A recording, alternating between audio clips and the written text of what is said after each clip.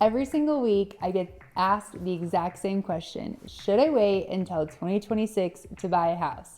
And look, I get it. I can see why everyone's confused. Rates are unpredictable, the housing market's slow, and listings are sitting forever.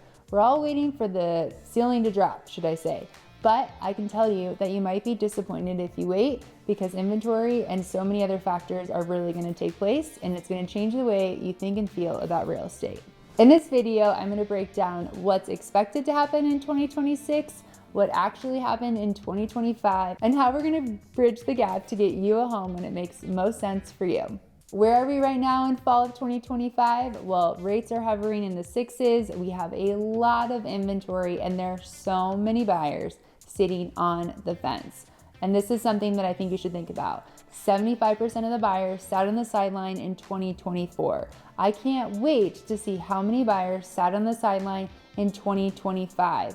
But what I can tell you is we have inventories up a significant amount from 2021 to 2023, more than we have ever seen. And that means more negotiating power for you as a buyer because there's less competition. What happens when the rates drop? The market explodes. If any of you remember COVID years, that was absolutely insane for me. The buyers flooded the market. And I can tell you, when rates drop to a 5%, you are gonna see the market flood with not only buyer demand, but you're gonna have less negotiating power, and it's really gonna be a market that is probably gonna be in more favor of a seller. And right now, all of those are in your power. And here's the math that nobody talks about. If you buy a house in today's market at a 6% interest rate, you get seller to pay a significant amount of concessions, cover all of your closing costs, and you can negotiate purchase price. What I'm telling you is when the rates drop to a 5%, you're not gonna be able to negotiate on price. You're gonna be competing with multiple offers.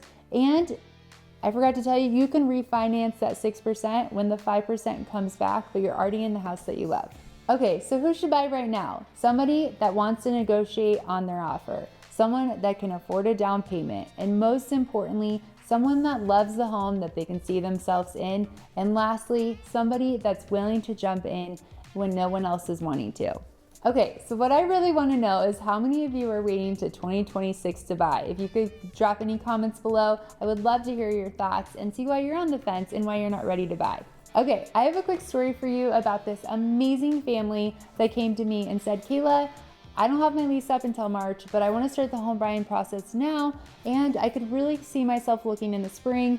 But if there's houses that come available now, we'll jump in the market. So we toured over 20 properties in the November, December timeline. We sat down and we really looked at the numbers of what they wanted to do for monthly payment, down payment, and if they were looking to get any closing costs or additional seller concessions covered by the seller.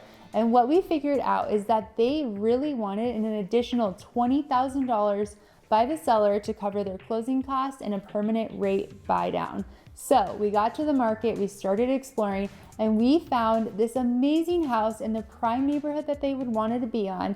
It was sitting on the market for over, I think, 50 to 60 days, and they were starting to do price reductions. When we toured the house, the sellers were actually in the middle of moving out. So I said to my clients, this is the perfect time to make an offer.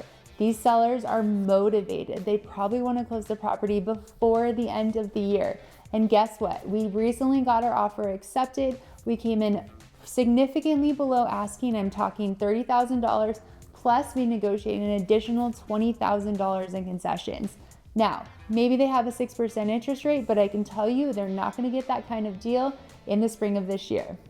Timing the market is nearly impossible, but timing your life is the real strategy.